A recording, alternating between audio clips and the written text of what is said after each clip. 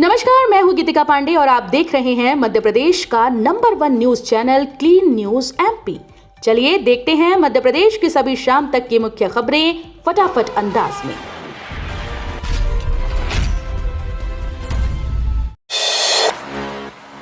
मध्य प्रदेश में खुले बोरवेल में दुर्घटना हुई तो जमीन मालिक और खनन एजेंसी जिम्मेदार, हो सकती है 10 साल तक की जेल। मध्य प्रदेश में अब बोरवेल खुला छोड़ने के कारण कोई दुर्घटना हुई तो भूस्वामी और खनन एजेंसी के जिम्मेदार व्यक्ति को भारतीय न्याय संहिता के तहत 2 से 10 वर्ष तक कैद और अर्थदंड दोनों हो सकता है।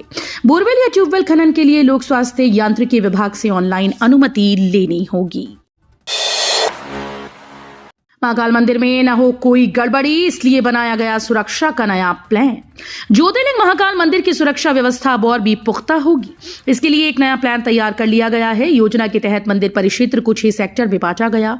प्रत्येक सेक्टर में पुलिस, होमगार्ड, प्राइवेट कंपनी के गार्ड की संयुक्त टीम तैनात रहेंगी। व्यवस्था के सुचारू संचालन के लिए प्रत्येक सेक्टर में एक बीट प्रभारी तैनात किया जाएगा। मध्य प्रदेश के 4 प्राइवेट स्कूल्स को पेरेंट्स को लौटाने होंगे 38 करोड़, सिर्फ 30 दिन का समय। जबलपुर जिला प्रशासन ने 4 निजी स्कूल्स को अवैध तरीके से पढ़ाई और वसूली गई फीस के 38 करोड़ 9 लाख रुपए 30 दिन के भीतर अभिभावकों को वापस करने के आदेश जारी किए। इसके साथ ही स्कूल्स पर 2-2 लाख रुपए का जुर्माना भी लगाया गया है। कलेक्टर दीपक सक्सेना की अध्यक्षता में गठित जिला समिति ने 4 स्कूल्स के द्वारा अवैधानिक रूप से बढ़ाई गई फीस को अमान्य कर दिया है।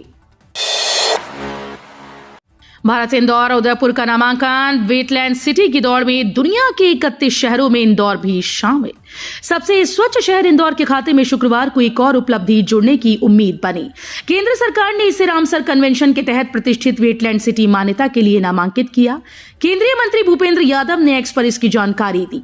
यादव ने इसकी घोषणा करते हुए कहा कि यह पहल उन शहरों को अंतर्राष्ट्रीय पहचान और सकारात्मक ब्रांडिंग का अवसर प्रदान करती है जो अपने वेटलैंड्स की महत्ता को समझते हैं और उनका संरक्षण करते हैं। इंदौर और उज्जैन के बीच बनेगी नई रोड, 29 गांव से होकर गुजरेगी। सिंघस से पहले होगी तैयार। सिंघस 2028 के लिए प्रदेश सरकार ने इंदौर के हातोट क्षेत्र से उज्जैन के सिंघस बाईपास तक नई सड़क बनाने की घोषणा की, जो वर्तमान इंदौर उज्जैन सड़क का वैकल्पिक मार्ग होगी। 1370 करोड़ रुपए की लागत से बनने वाली ये सड़क 48 किलोमीटर लंबी होगी और 29 गांव से गुजरेगी। मतदान के अधिकार और कर्तव्य की अहमियत समझने का दिन, सीएम डॉक्टर मोहन यादव ने किया आह्वान। आज का दिन नए मतदाताओं को चुनाव में अपनी भागीदारी बढ़ाने के लिए प्रोत्साहित करता है। इस दिन पर सीएम मोहन यादव ने शुभकामनाएं देते हुए एक्स पर लिखा कि देश की प्रगति, अंत्योदय के संकल्प की सिद्धि और लोकतंत्र की सुदृढ़ता का आधार है जागरूक मतदाता। राष्ट्रीय मतदाता दिवस की हार्दिक बधाई।